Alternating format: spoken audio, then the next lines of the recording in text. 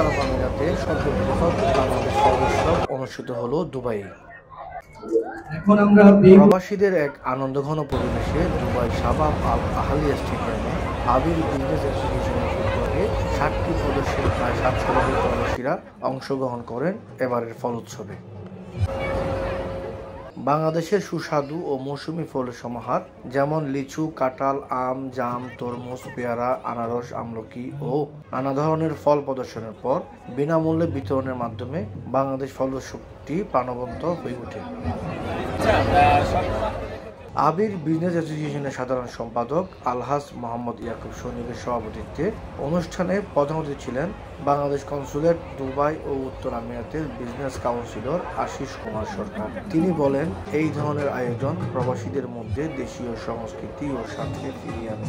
এমন উদ্যোগ অবশ্যই সাধুবাদ পাওয়ার যোগ্য।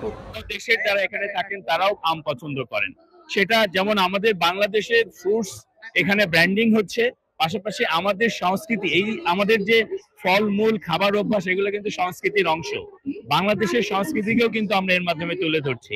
বাংলাদেশি যে ফ্রুট এবং ভেজিটেবল যে উৎপাদন, সেগুলা সারা বিশ্বের মধ্যে আমরা আমদানি রপ্তানি বাড়ানোর জন্য এই আয়োজনটা করেছি। মূলত বাংলাদেশি ফল সংযুক্ত আরব আমিরাতে আমরা সংযুক্ত আরব আমিরাতের মধ্য দিয়ে সারা বিশ্বের মধ্যে দেখতে পারো যে বাংলাদেশের মধ্যে কি কি ফলগুলা পাওয়া যায়। এখানে আমার ফার্স্ট টাইম এরকম একটা ফ্রুট ফেস্টিভ্যাল আসা, এখানের মধ্যে অনেক রকমের ফ্রুটস দেখছি। অনুষ্ঠানে অতিথি হিসেবে উপস্থিত ছিলেন সংযুক্ত আরব আমিরাত জমাতা ব্যাংকের প্রধান নির্বাহী কর্মকর্তা মোহাম্মদ কামরুজ্জামান, বিজনেস অ্যাসোসিয়েশনের সভাপতি Zulfiqar Usman, Sharjah SPR parts সভাপতি সাদাত হোসেন, আজমান বাংলাদেশ অ্যাসোসিয়েশনের সভাপতি আব্দুল কুদ্দুস, দুবাই আবির বিজনেস অ্যাসোসিয়েশনের সহসভাপতি নজরুল ইসলাম, কমিউনিটি নেতা প্রকৌশলী সালাউদ্দিন আহমেদ, নারী নেত্রী স্বপ্নামণি, লেডিস গ্রুপ অ্যাডমিন লাবণ্য, আদিল লিজা, সাংবাদিক কামরুল হাসান জনি সঞ্চালনায় অনুষ্ঠানে আরো উপস্থিত ছিলেন